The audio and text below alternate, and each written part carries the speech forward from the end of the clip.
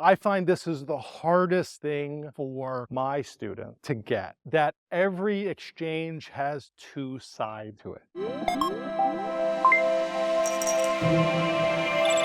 I'm an economist by training and also by personality. And if you read any econ papers, here's what we found. And then we spend 35 pages and a 50-page online appendix showing you how we found that. So the themes of this talk are kind of big picture stuff. Why are some places rich and others poor?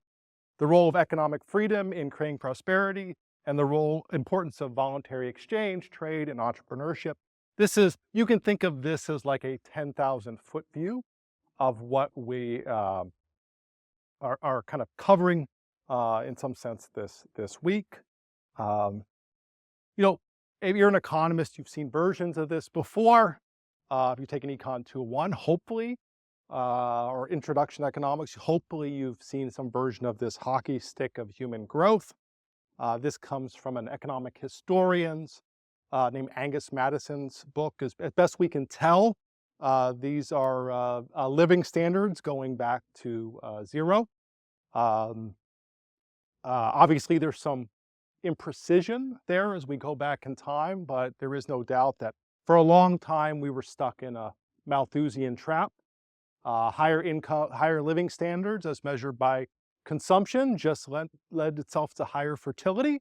Higher fertility led to more kids. So what happens if you have more kids in a hunter-gatherer society?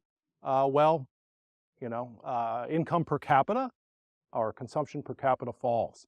And so it was hard to break out of that until the kind of Industrial Revolution. We not only want to explain over time, but we kind of want to explain it today. If we look at the world at night, luminosity is actually highly correlated with GDP. In fact, a lot of scholars, beginning with Adam Storygard and his dissertation advisor, use luminosity to measure GDP at areas that do not have official government statistics like Somalia. So maybe this is obvious, bless you, but I think it's sometimes important to state the obvious because the truly amazing things we often we don't talk about and therefore are not first and foremost in our mind. Economic growth is important.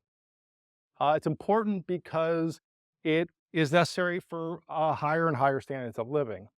So if you're not an economist, GDP is the sum of all goods and services produced in some sort of geographic area in a certain time frame, usually a year. So for the amount of stuff we have, or not necessarily stuff, even consume more leisure, we have to have growth.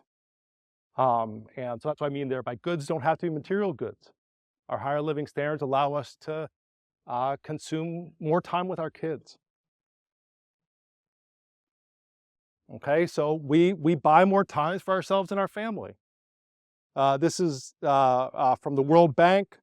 World Bank data, but from our World in Data, best measures of annually working hours per worker. If you go back to best we can measure it, if you're working in a factory in 1870, 1880, or in some agrarian cases, over 3,000 hours a year. And we're down under 2,000, and in some cases under 1,500 hours in 2017, at least in some developed countries. We could also use it to buy cleaner air. Okay, now we don't have good air quality data going back that far, but if this is also from the World Bank, we can see a decline in a lot of measurable pollutants. So if you don't know, one of the simplest formulas we teach in economics is the rule of 70. I think it's so important, and my take on this is odd. My take on the rule of 70 is gratefulness. Gratefulness for my grandparents and my great-grandparents who foregone consumption to raise our living standards, right? Because if you're gonna invest in people, you're gonna invest in machinery that's gonna make future generations more productive. That's how one of the ways we get higher living standards. My grandmother was born in the Great Depression. Uh, Her dad died when she was 4 because he was blowing up stumps with dynamite to clear more field to feed his growing family. And she had to stop school at age 8 to go um, work on the farm. Also because the money ran out from her dad's life insurance. And I think about all the hours she and my grandfather put in to have a higher standard of living, to send my uh, uh, father to college, allowed him to become a physical therapist, leading us to have a higher standard of living. What happens on the individual family level kind of happens at a country level. And so small changes in growth rates lead to big changes over time, whether that's in your own personal savings account or in the country's growth level. Another way of looking at it, I kind of prefer this because you think of this as like a generation change, and why economists tend to be obsessively focused on growth. As Robert Lucas said, once you start thinking of growth, it's hard to think of anything else. Um, Obviously, if you start with $10,000 and you have zero growth, you're going to have $10,000 at the end of it. Um, and just the difference between the 2 and 4% growth rate is a tremendous change in kind of standards of living. So what causes economic growth?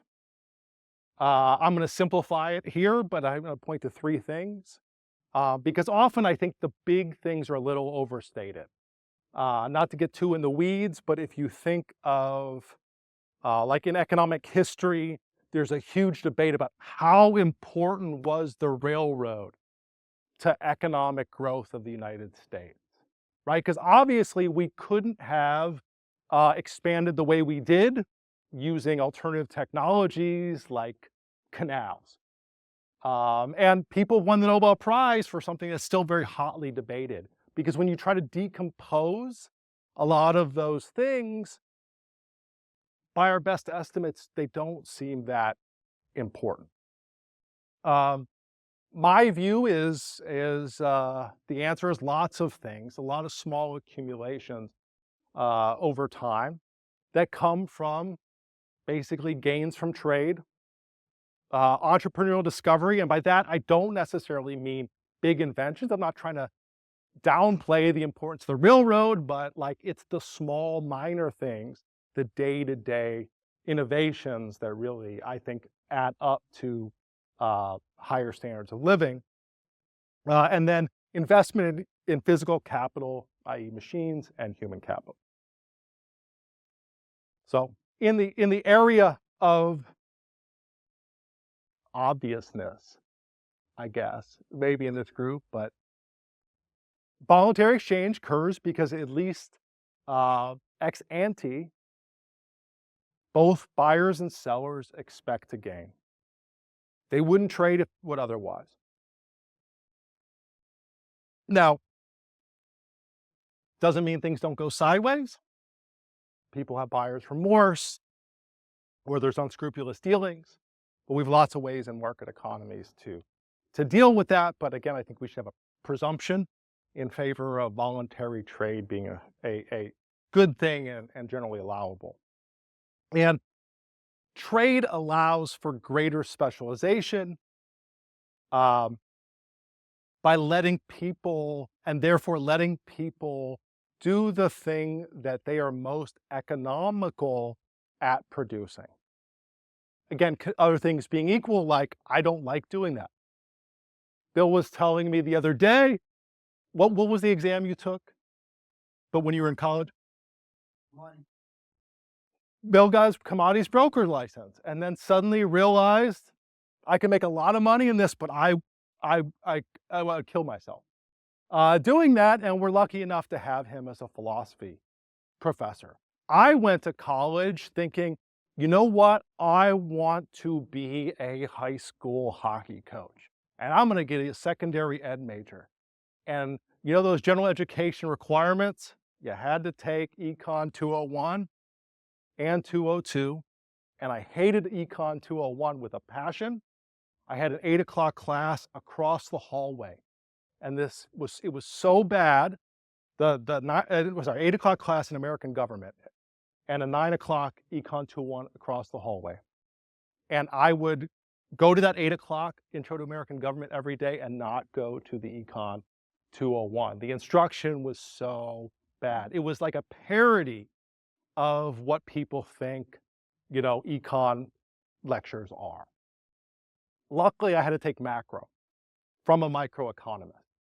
And like 2 seconds in, I'm like, why was that other class so hard? It's just like it's like, it felt like common sense. And so to me, given my passion for teaching and what seemed to me to be obvious to me, once it was explained to me, I thought, I want to be a college professor. That's my highest and best use. And I took a circuitous route for this. Some of you are graduate students, so you might find this of interest. Um, my advisor, I later found out, went to the University of Chicago. He had 3 Nobel Prize winners on his dissertation committee.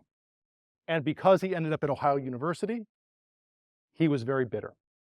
Because I had 3 Nobel Prize winners on my dissertation committee. And so when I said to him, I've changed my major econ, I really want to be a college professor, he goes, nah, not gonna happen. And I said, why? And he was like, well, you got a B+ in my class, and I went to Chicago and had 3 Nobel Prize winners, and I end up here. Where the hell are you gonna go? I tell that story because I was fortunate enough to get another opportunity to show that this is really my highest and best you. A friend of mine I was working for a think tank. A friend of mine got endowed chair, and he said, "You have a master's degree, right? You want to teach from 6 to 9 p.m. on Monday nights?" And suddenly I found myself doing that more and more. And so the more we can specialize, the more we can specialize and then trade with one another, the better off we are. I don't want to say there's not downsides to that. There can be downsides, a lot of downsides of specialization kind of personally, but this is how we progress. Okay. We also get the division of labor. If you've read Smith, you very much know about the pin factory. We get large scale production, but we also get a larger trading area lowers transactions cost. So when I teach my principal students this, I show a picture of my friend Lefty Trudeau. I used to play something that's slightly less nerdy than Civil War reenacting. I play baseball by a earlier time period. I play baseball, but American baseball by the rules of 1870. So we dress up in old-timey uniforms. We go out to like historical sites and we recreate baseball games. And Lefty was a player on my team. He made the bats for the team. Well, I later found out that he had gotten divorced and was making bats for the teams, and other teams were asking for it at bats. And he's like, I really need to be there for my kids. And so I'm going to put my shingle on. I'm just going to make recreationist bats. Now think about that. Think about how niche that market is. There are about 300 teams in the United States. Imagine if it was just Ohio. There's 30 teams in Ohio. Could Lefty have quit his job selling insurance to make bats for the uh, fed his family on the 30 teams in Ohio? No, he needed the whole nation to do that. Now, he turned out to be a great entrepreneurial success story. He expanded beyond that. He started experimenting with different woods. He got certified by Major League Baseball. He was the first to use rock maple, which is a harder wood than ash, which was historically used. And now all the major bat companies use rock maple. The key point is you need a larger market area to achieve all those benefits from specialization, which in Lefty's case was making bats, replica bats from the 1870s. So gains from trade. Second, entrepreneurial discovery. Entrepreneurial discovery is improved products, lower cost production methods, a key part of economic growth. We tend to think of these as being big things, right? But it can be very simple, minor things as changes in a process in a factory. You know, and I debate a lot about talking about Schumpeter in here because we think about creative destruction as big changes that fundamentally change the economy. And those, again, those things are important. The internal combustion engine, again, the railroads.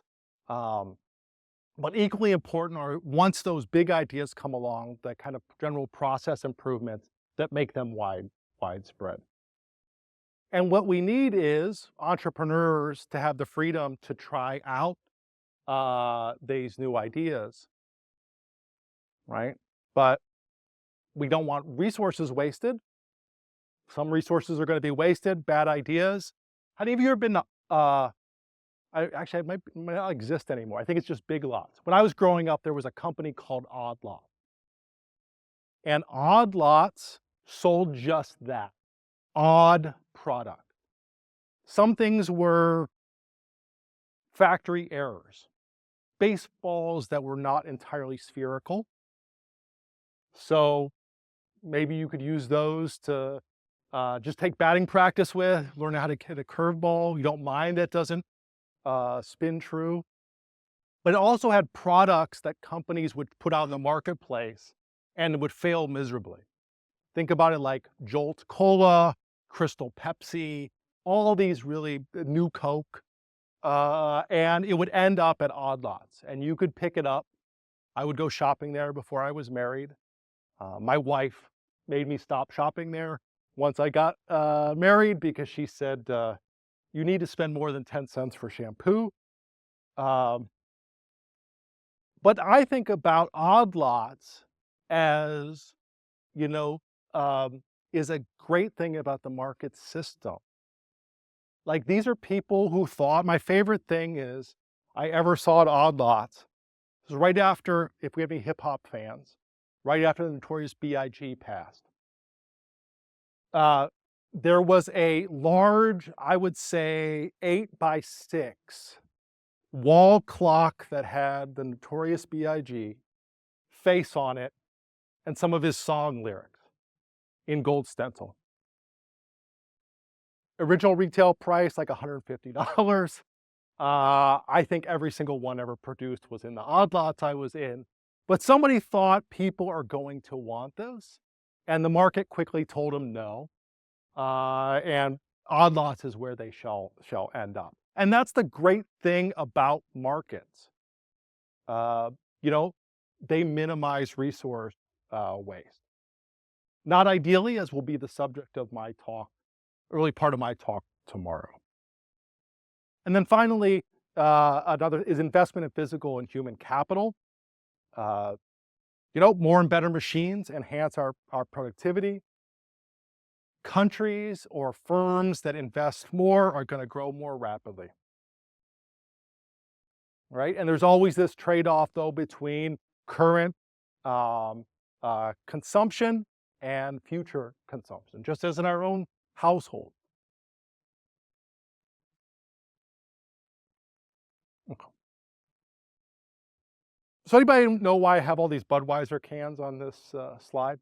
Anyone want to take a guess? I know I said I didn't do what? Marketing strategy? Good guess, but no. Yeah.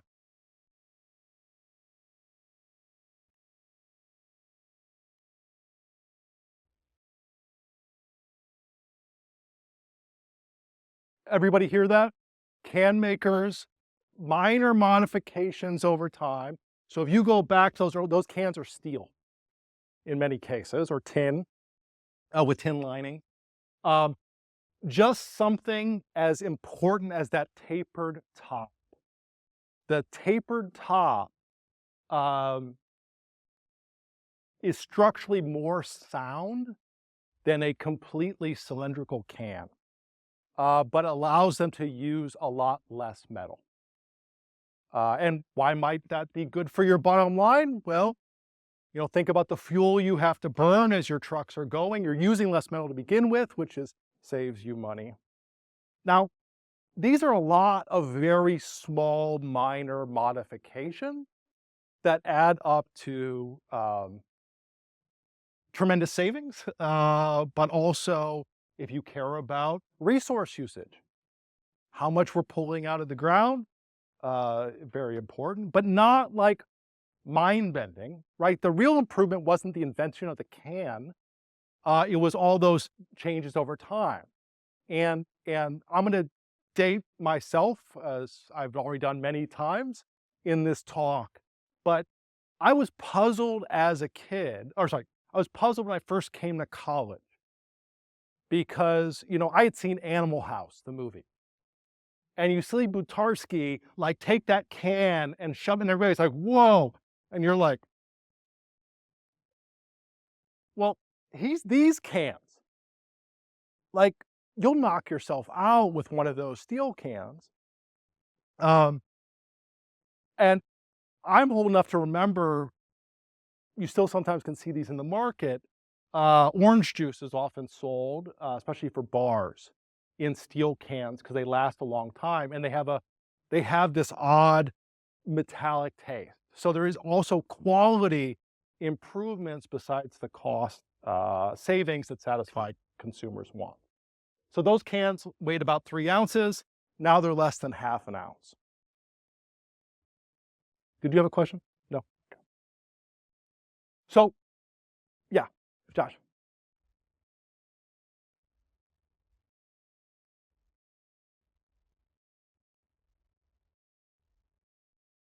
I think the Coors one I think was internal.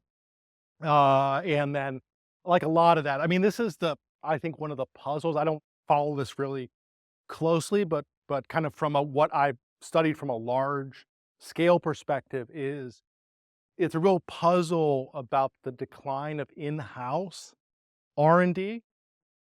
Um, and I'm not sure whether that's because it's pretty easy once you create something like this, other people are going to see that and be able to adopt it, so you can't recoup all the benefits from your own R&D.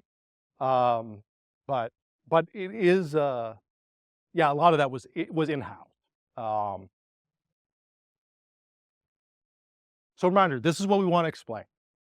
And so one of the reasons I'm here, and again, I should thank all of our sponsors and Bill for having me here, is I am no longer, but for a long time, I was co-author of something called the Economic Freedom of the World Index. And the Economic Freedom of the World Index was an attempt to try to basically measure classical liberal institutions around the world, for as many countries that we have data for around the world. So if you look at this map, blue is the most free countries by our measure. By the way, there is another index by the Heritage Foundation. Should not use that one. I'm just going to point out they purport to have contemporary data. Okay. They purport to have, World Bank data comes out with a 2-year lag. They purport to know what economic freedom is in Cuba. Cuba has very few national statistics that they put out there, or North Korea, and they measure those countries. So keep the two extremes in mind. The blue is the most free. The red is least free. Those will be important later when I come to some bar charts. Okay, so I don't think it's the only reason for differences across countries, but there's been a lot of papers showing that economic freedom is very important to both income levels and growth. So I came on to the project. The project, Economic Freedom of the World project, started in 1984. How many of you know what the Mont Pelerin Society is? Okay, good number of you. The Mont Pelerin Society was founded by Hayek. It's an international association of classical liberals. They have a general meeting every 2 years to talk about the most pressing problems in the world, how classical liberals can contribute to stemming the tide against classical liberalism. But they also have regional meetings. And in a 1984 general meeting, there was a session on George Orwell's 1984. And everybody is saying, well, what about this? What about that? And Milton Friedman got up and he quoted something he said in Capitalism and Freedom, where he says, look, in Capitalism and Freedom, I said, I know of no circumstance in time or place where a country hasn't had economic freedom and also political freedom. And he's like, what did I mean by political freedom? What do I mean by economic freedom? It's just like these anecdotes or examples I hold in my head. And if I think about what college was like at its best for me, was arguing with my friends about like one example. Like, oh, you think Sweden's great? And whatever, like, there's lots of individual examples where you're seeing part of the picture. And here the index was like, no, let's try to get an accurate, large-scale measure of the extent to which the policies of countries are consistent with classical liberal ideas.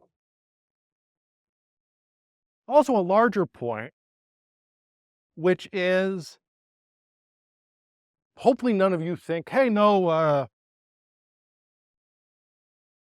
voluntary exchange isn't good for growth, or entrepreneurial discovery is not good for growth. It's really planning. But if you go back, this is from Paul Samuelson textbook.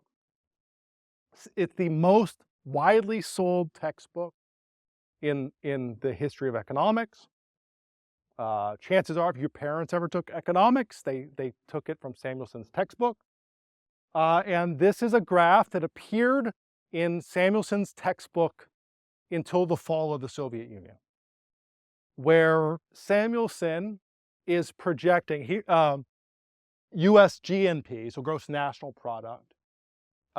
U.S. is at 100, and he says in 1960, USSR was about roughly half the size of the U.S., but because of their superior planning and greater push of resources into investment, the USSR was going to have a higher growth rate. And sometime about the time that the Soviet Union actually fell, they were going to surpass the US in living standards. My point here is not necessarily that Samuelson was wrong. Now, he probably should have figured out he was wrong by the 80s when he had a different version of this graph in the book. But it's really like that's what people believed. And in some small part, our measure has allowed people to test this question about whether more centrally planned economies can grow faster. What is the relationship between central planning and growth, or greater use of markets and growth? So before I go any further, I want to make something clear. I'm using this as a defensive thing because I'm happy if anybody has questions about any sort of indexes. It has trade-offs. But I want to make clear that we want to measure economic freedom for the same reason we want to measure GDP. It's a good, like in an economic sense. GDP has its flaws, right? Like, hey, my wife is a stay-at-home mother. If she goes to work and we hire somebody else to assume many of the duties she does around the home, GDP goes up. Has our standard of living, maybe or maybe not, right? So, but it's a good in that people seem to be willing to trade off, whether we like it or not, economic freedom for other things. And so it could mean the sacrifice of other things people might value. Now, I'm in a friendly audience here, but when I give a lot of talks on campus, I really want to make clear that my purpose in the index is to measure economic freedom accurately. I personally have a value judgment that I value economic freedom. But even if you don't value it, you should want me to measure it accurately. Because if you truly believe that economic freedom is bad for, you name the thing, environmental quality, deforestation, economic growth, the more accurately I measure classical liberal institutions, the easier it's going to be for you to show that underlying reality that you believe.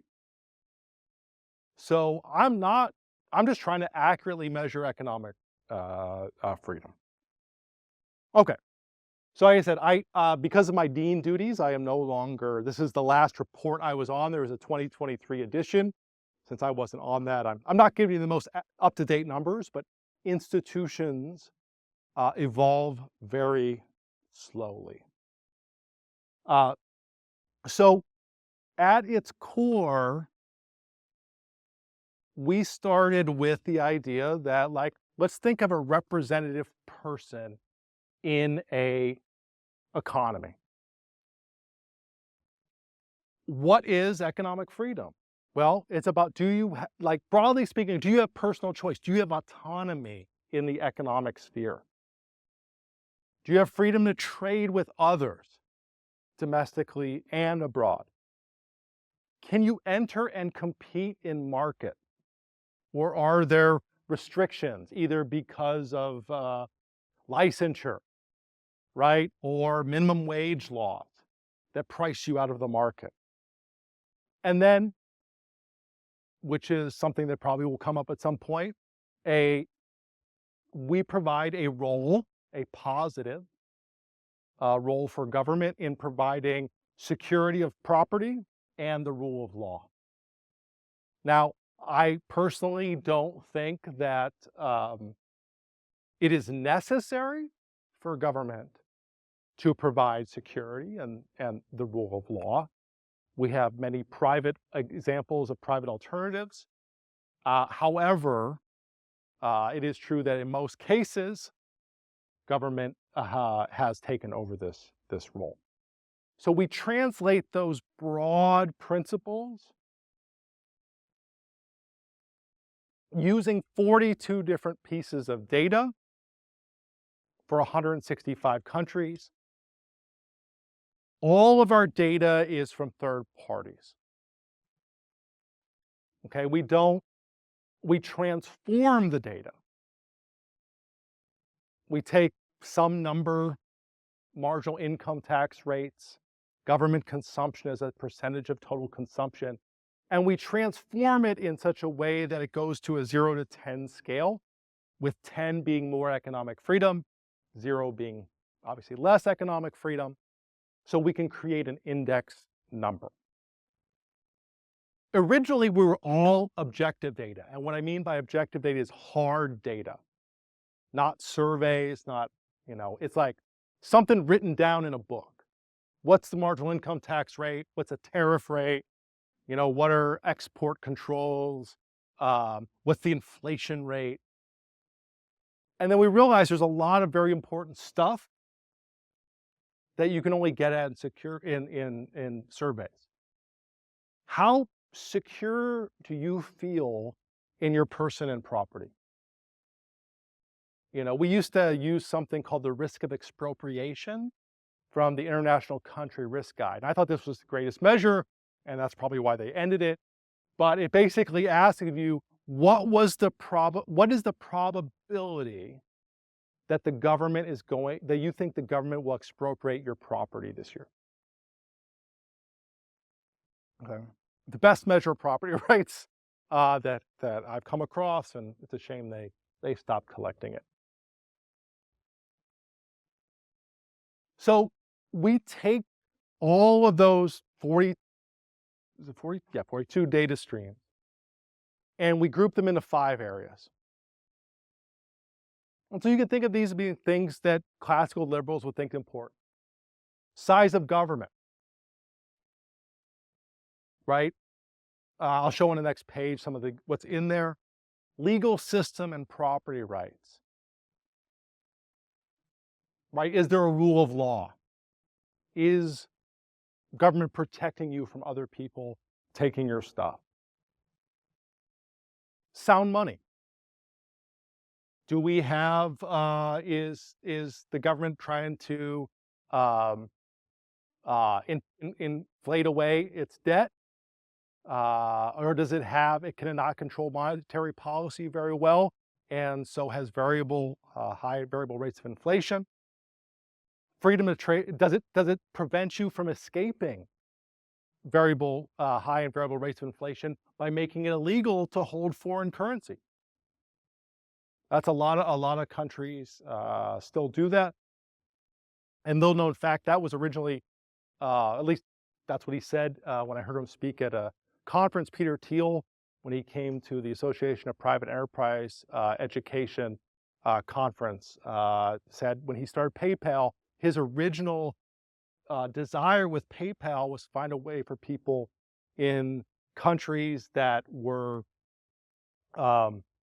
exposing are enforcing use of the domestic currency to allow them to have an opportunity to hold dollars or something else more stable. Freedom of trade internationally, okay, tariffs, export controls, time it takes to clear customs, and then finally regulation of credit, labor, and business. So let's look at area 1. Area 1 is size of government.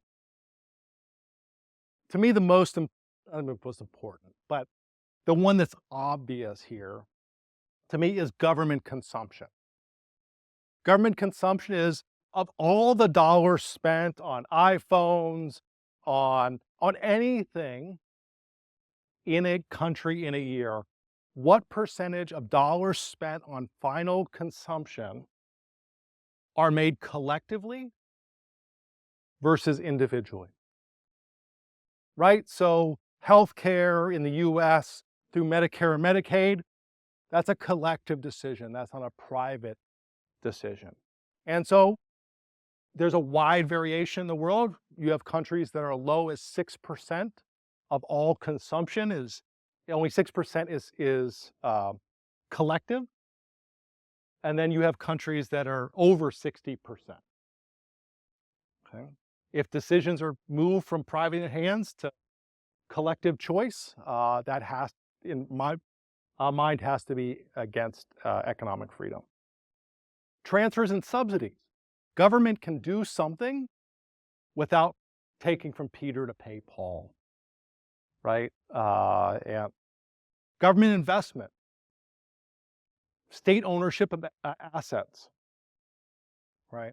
And then top marginal tax rate, I always is, I want to be respect. You might think here we're double counting. You have government consumption. Government consumption comes mostly from taxes. So how do you also have the top marginal income tax rate? It's, to me, the top marginal income tax rate is there to get at something else very important. At least that was important when we started the index. And that's the deadweight loss of taxation.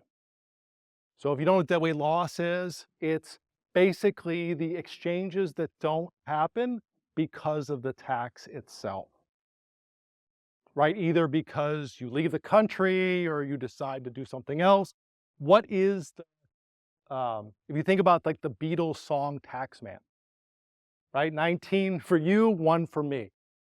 Well, that was essentially the top marginal income tax rate in the UK at the time. It was 91%. Right? We all know that at 100%, how much taxes are you going to raise? Well, there's a huge deadweight loss there. And this is something like we know, but we don't really know the deadweight loss of things like bans. A friend of mine says every libertarian has a irrational thing that makes them really angry. Like they know intellectually it's not really important in the whole scheme of human flourishing, but man, it makes them angry. And for him, it's lawn darts. You guys know what lawn darts are? There used to be this game. It was the most popular game. I forget the year, 1956, I think it was. Most popular game in the United States. And all it is like, you know, darts. Imagine a big dart this big and like a hula hoop, and you throw it up in the air and try to land it in the grass inside this hoop. Well, as you can imagine, kids don't always use things the way they were intended, and every year a number of children would go to the emergency room having been impaled by one of these lawn darts. So they're banned. You can still own them in the United States, but you can't sell them under penalty of law. So my friend, by the way, goes to garage sales, and if he ever sees them out there, he'll tell them, you know, you can't sell that, but if you want to give them to me, because I can harvest it for parts, I'd be more than happy to take them. But think about that. Like, what is the deadweight loss of something that was enjoyed by a large, not downside, but the most popular game? And it just doesn't exist anymore. So that's what the top marginal income tax rate is like. Think about all the, I don't know, additional songs that would have been written or other things that would be done. And instead, people were like, hey, 91% income tax rate. I'm not going to bother.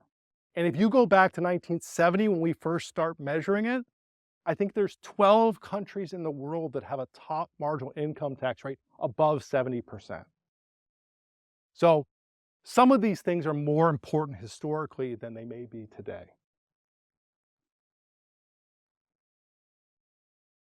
I also want to talk a little bit about labor regulations, because I find this is the hardest thing for my students to get, that every exchange has two sides to it.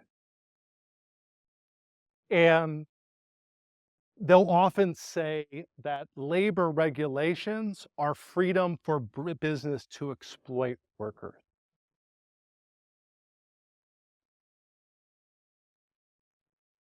And I think of it as these are exchanges that don't happen because of the law.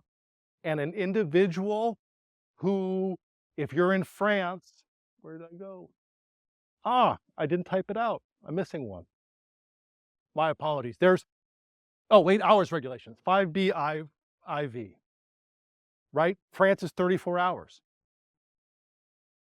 You want to pick up some extra money because, you know, you want to send your kid to a private school or really want something special for their birthday? Nope, you can't work more than 34 hours. We're doing it to make you better off. It's hard for me to think about how constraining individuals from making the choice to work 35 hours or entering into a contract that will not, that I agree that if you let me go because of poor performance, you don't have to pay me a full year of salary, right? Like, to me, that's clearly not in my best interest if I don't have a job. If I'm fresh out of college and I want you to take a chance on me, right? But you don't know who I am. You might have this thing and I'd agree, but if I hire you and you turn out to be somebody who isn't a good fit culturally or doesn't have the skills you say or the work ethic you say, in some countries, it can take you have to pay an entire year of severance. So what do? You don't hire people. Or you only hire people you know and trust, like family. Or you hire people off the book. Um, so sometimes you build in things that get at the same thing because each measure is measuring a different part of the economy. So, for example, 5BI, that particular measure in that source, it has hiring regulations, but it also has minimum wage. Does the country have some national minimum wage law? Which makes you think, well, what about subnational? That's an issue with any sort of cross-country index, right? You might have very different variation depending on how much federalism is in those countries. Whereas this is just focused on hiring and firing regulation. And then conscription, which is the ultimate labor regulation. You know, you can see why countries, depending on where they're located geopolitically, might utilize conscription for military purposes, but doesn't mean that it's not taking someone's labor for up to 2 years. And that's one area, by the way, economic freedom in the world has increased tremendously as long as we've measured it. At the top, there's been steady declines in most of the top 10, backsliding, as it were. But one of the major improvements is conscription. If you go back to 1970, the average country had conscription of a length between 6 and 12 months. And today, the average country in the world has no conscription, does not use conscription for any purpose at all. Other big changes, marginal income tax rates have come down tremendously, and high and variable inflation. The pessimistic thing about that, from those of us who might want to have higher economic freedom, is higher economic freedom is those are very technocratic things.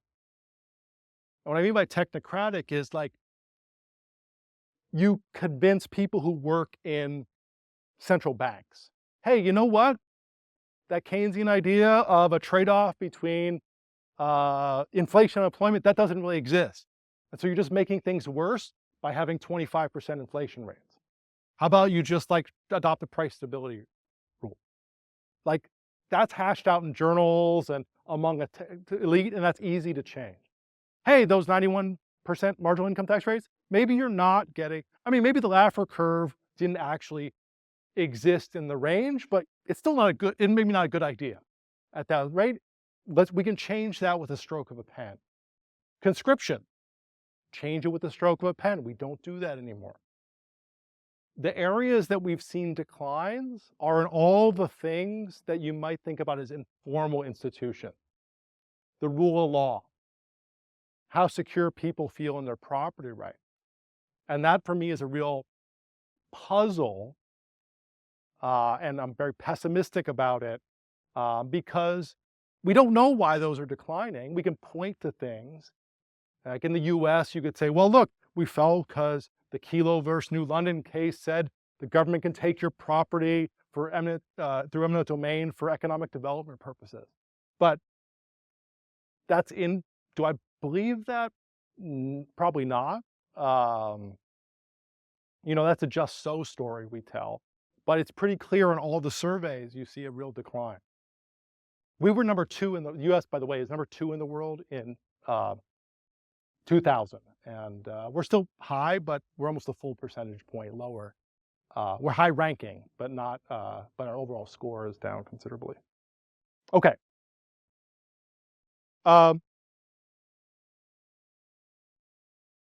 Think about how all these areas of the Economic Freedom Index lead to, or conversely, if you don't have economic freedom, are against gains from trade. If government does its job and protects property rights and enforces contracts, markets run fairly smoothly.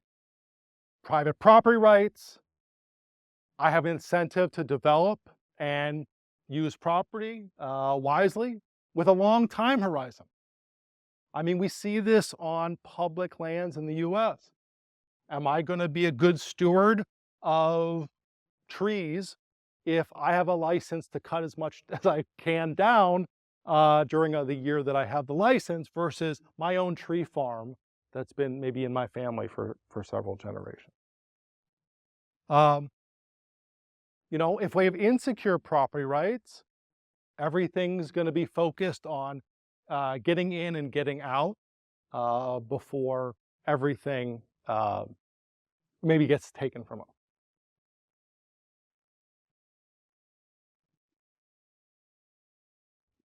So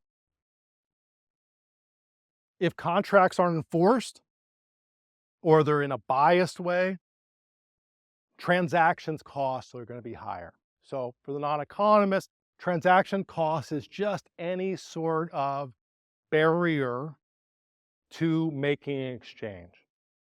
It could be lack of trust. It could be the difficulty of specifying all the conditions that would get us both feel comfortable to make the trade. But it could be that we know that government's not going to back. We agree, but we know if somebody ex post tries to go back on the deal, government won't back us up or won't fairly enforce that contract. So this is a pretty amazing quote. This comes from an autobiography of a West Virginia Supreme Court justice. Now, West Virginia has judicial elections. So our judges are elected in partisan races. And so he had retired by then. And he says, as long as I'm allowed to redistribute wealth from out-of-state companies to injured in-state plaintiffs, I shall continue to do so. Not only is my sleep enhanced when I give someone else's money away, but so is my job security because the in-state plaintiffs, their families, and their friends will reelect me. What do you think this did to investment by out-of-state companies in West Virginia? It tanked. Because are you going to get a fair shake? You think you're playing by a certain rules of the game and then so no, the rules of the game are whatever keeps me in this Supreme Court seat.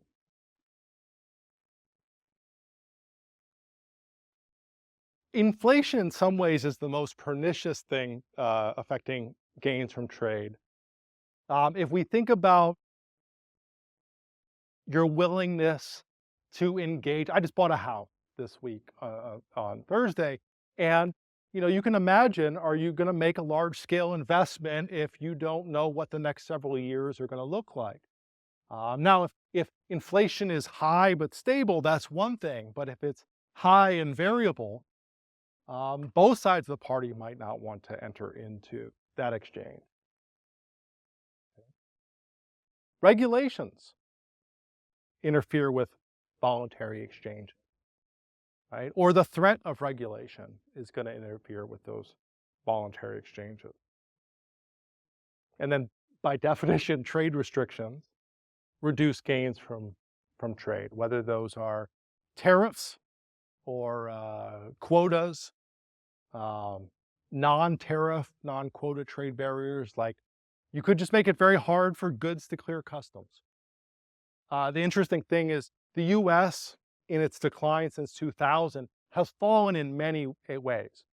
But one of the ways we have a measure of the time it takes for a package it comes from the World Bank, to clear customs. It has gone up fourfold since 2000. Now, maybe that makes sense, given 9/11 and some other things, but it greatly reduces trade. Okay. We finally arrived at the data.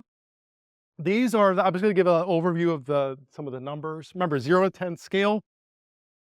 Blue means the highest economic freedom quartile, top 25% of countries. US, here I think is 2, 4, 6, 7. You might be looking at this and be like, how? There's a lot of common there at the top. Your question? Yeah.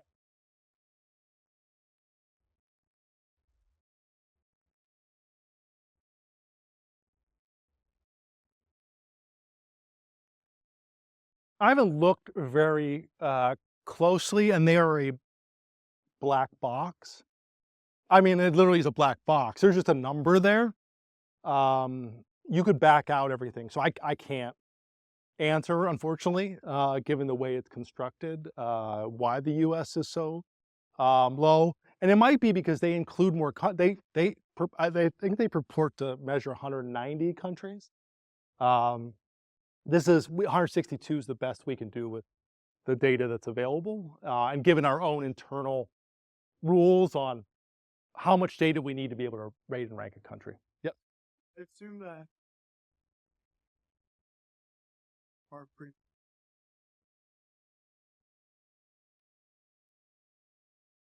Not entirely, but it's been a while since I looked at that. There is a strong correlation. So there is people have called it the Hayek-Friedman hypothesis. Like, does economic and political freedom move together? And that is generally true, but there are some outliers. Israel would be an example for much of its history. Has high degree of political freedom, but not a high degree of economic freedom. But yes, they tend to be highly correlated. Now, chicken or egg, I'm not sure which comes first. My own personal view is economic freedom comes first. And then political freedom's a good, like if you think about Maslow's hierarchy of needs, economic freedom kind of satisfies lower level, and then political freedom's more of a higher level hierarchy of needs. No. It's not. There's an economic freedom in North America, and I haven't seen the most recent. I can't recall, but it's usually been like Delaware or New Hampshire. It's hard to compare because I will tell you that you have common monetary policy, you have common property rights, rule of law, and so a lot of the variation across countries are in those areas, and so it's tough to compare. But that raises I think a really important issue is that you do have that great variation within countries, right? Like, is China on the next slide? Oops, sorry, went too far. No, he's not on the next. So China's like in the third quartile, and they've come up quite a bit, but like, you still have internal passports and like, and so when you think about like, what's the representative agent? How accurate are you actually measuring for like the lived experience? And that's the thing I say, this is like a 10,000-foot view, but it doesn't tell me that if you're a 21-year-old in South Korea, and you have to go do your military service, like that's the most salient thing to you. Um, so it would appear there's a lot of just ocular least squares, a little econometric joke, trees at econometrics. It seems like there's a lot of homogeneous island countries with a couple of outliers here. Um, don't fall into the trap, though, of thinking that those are a necessary condition, because there's lots of countries that never grew enough to, like Hong Kong or Singapore, to actually be, measured on here. Here are the least economically free. So Democratic Republic of Congo at 5.3, all the way down to Venezuela at 3.32. Again, lots of countries I think are less free than economically free than this. We just don't have data for them, but they do appear in heritages. I want to real quickly, just as an aside, what have I learned? Like, first and foremost, I'm a scholar, and I have a hypothesis. Otherwise, like, I think if you don't have a passion for something, you don't have a hypothesis, you're not kind of pursuing the truth, but I'm open to your hypothesis being wrong. And if you went back when I was that kid arguing in dorm rooms, I would have thought the Nordic model was like the worst thing in the world. Look, people have private homes and yes, tax rates are high. There's a lot of government consumption, but the economy, monetary policy is very sound, very free trade, much more free trade than we are in many respects. The real thing is not the size of government, which 19-year-old me was really fixated on. These are, in terms of government consumption as a percentage of total consumption, the top 10 countries in the world.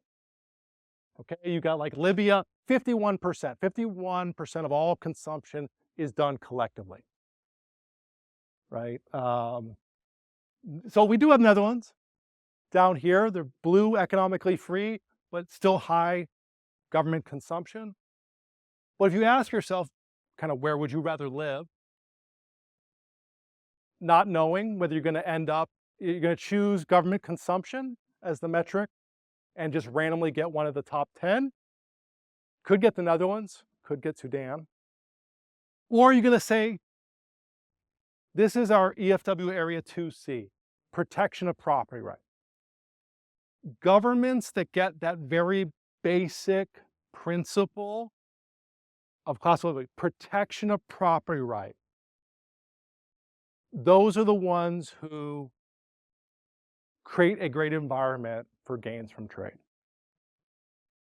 Now, I don't know, each of these countries has a different story about how that recipe for protecting property, it could be very homogeneous, could be isolated, lots of things that go into the recipe of, they figured out, don't steal people's stuff and harm others, and lots of good has come from that. Okay, here's some correlations. If you want after, I can tell you tons of peer-reviewed studies that do fancy stuff, fancy econometrics, but these are just raw correlations. Again, red, least free quartile.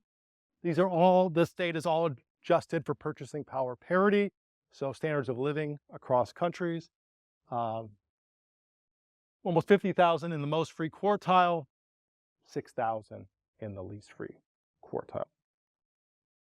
What about the worst off in society? Well, if we look at World Bank collects data on the income share of the poorest decile. This is the bottom.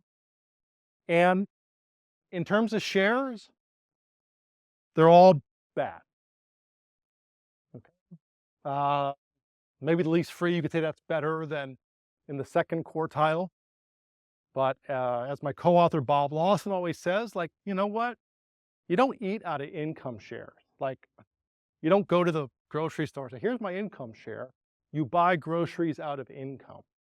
And when you take that income share of a larger pie, still not that high, but those in the bottom decile do a lot better in more free countries than in the least free countries.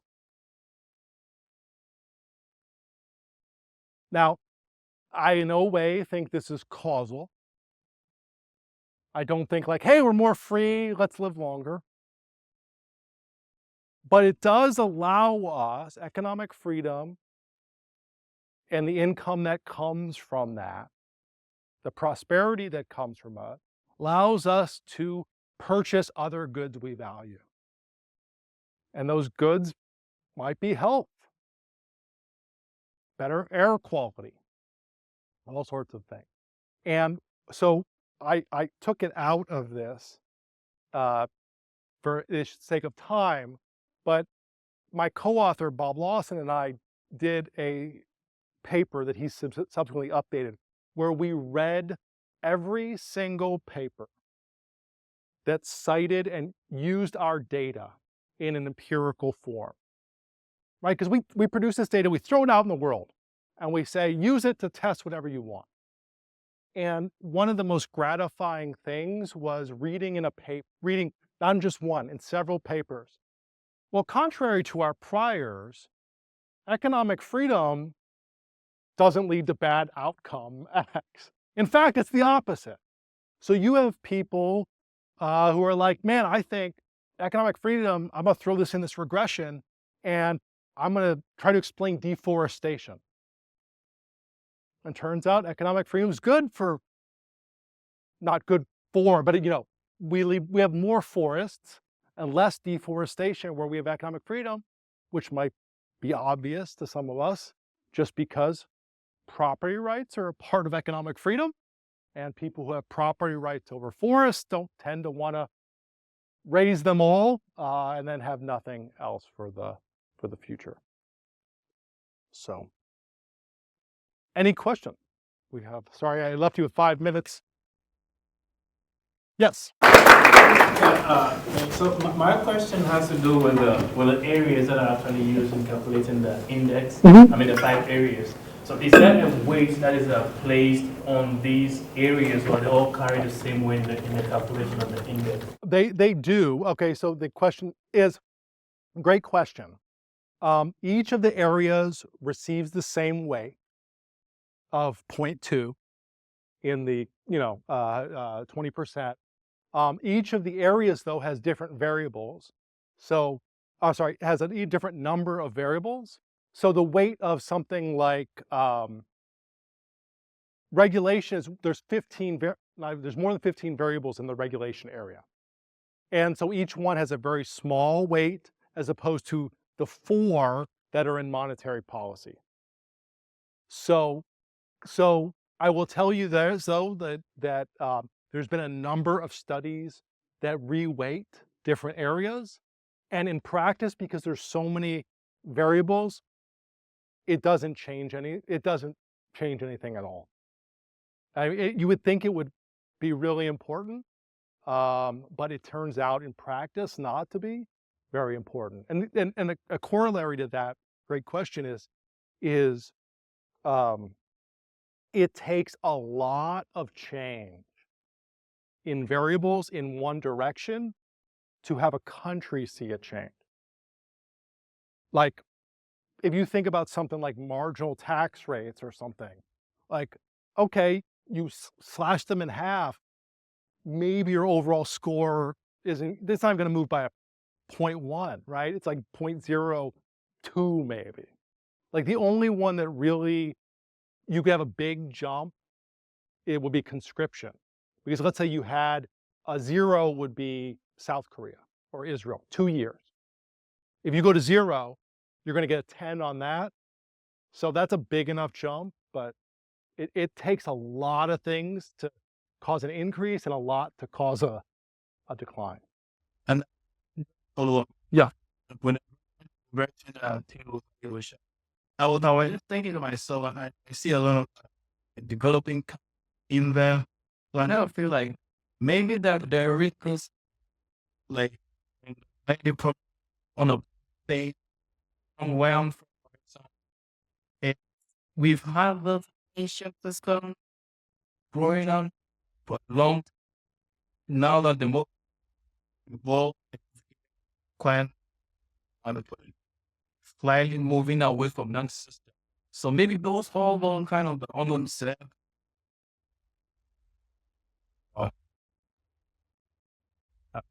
In making it was now.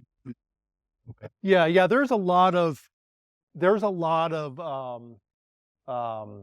both synthetic control type of work, but also other attempts to get an endogeneity.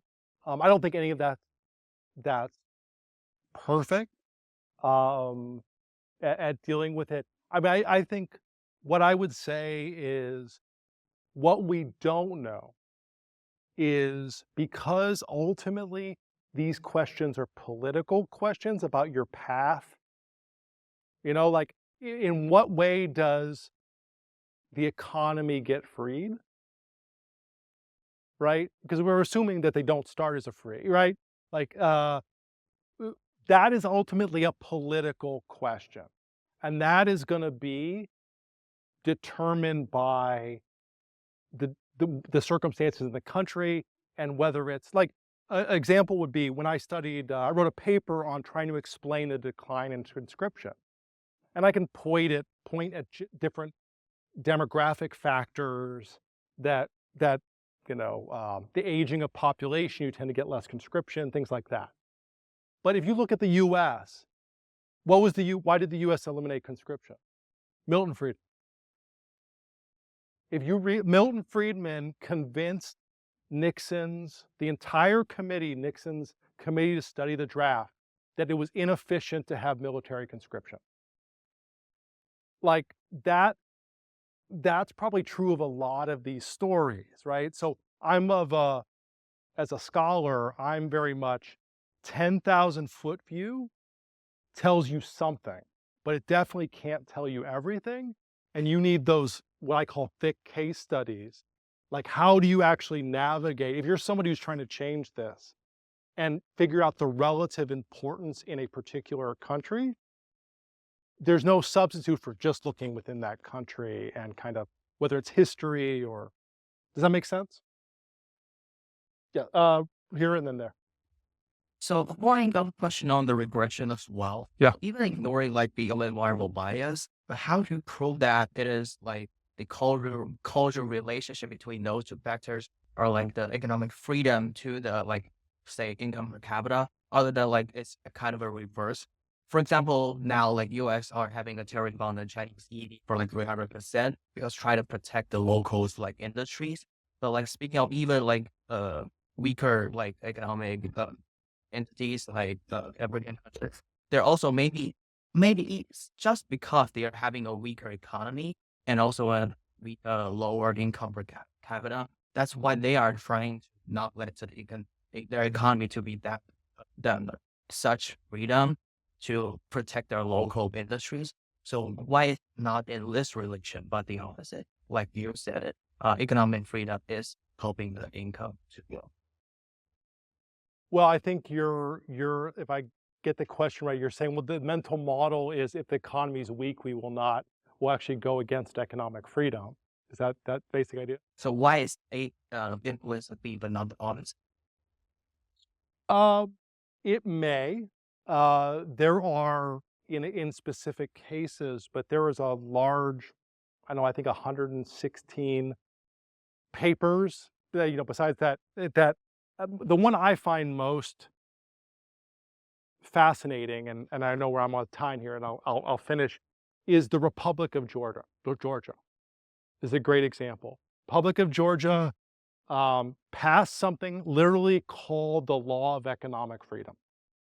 To eliminate corruption in their police force, they fired every single police officer in the country. They instituted a flat tax. I mean, it was like straight out of like reading our book. I mean, if you do so there's something called synthetic control, compares it to like a artifactual, um, tremendous growth. So I don't think that you may be right that lower incomes cause backsliding. I think we're seeing that in Chile now, would be another good example of that at work, but I think that doesn't mean that more economic freedom doesn't lead to higher growth. Thank you. Thank And I'll be around during the coffee. I'm sorry.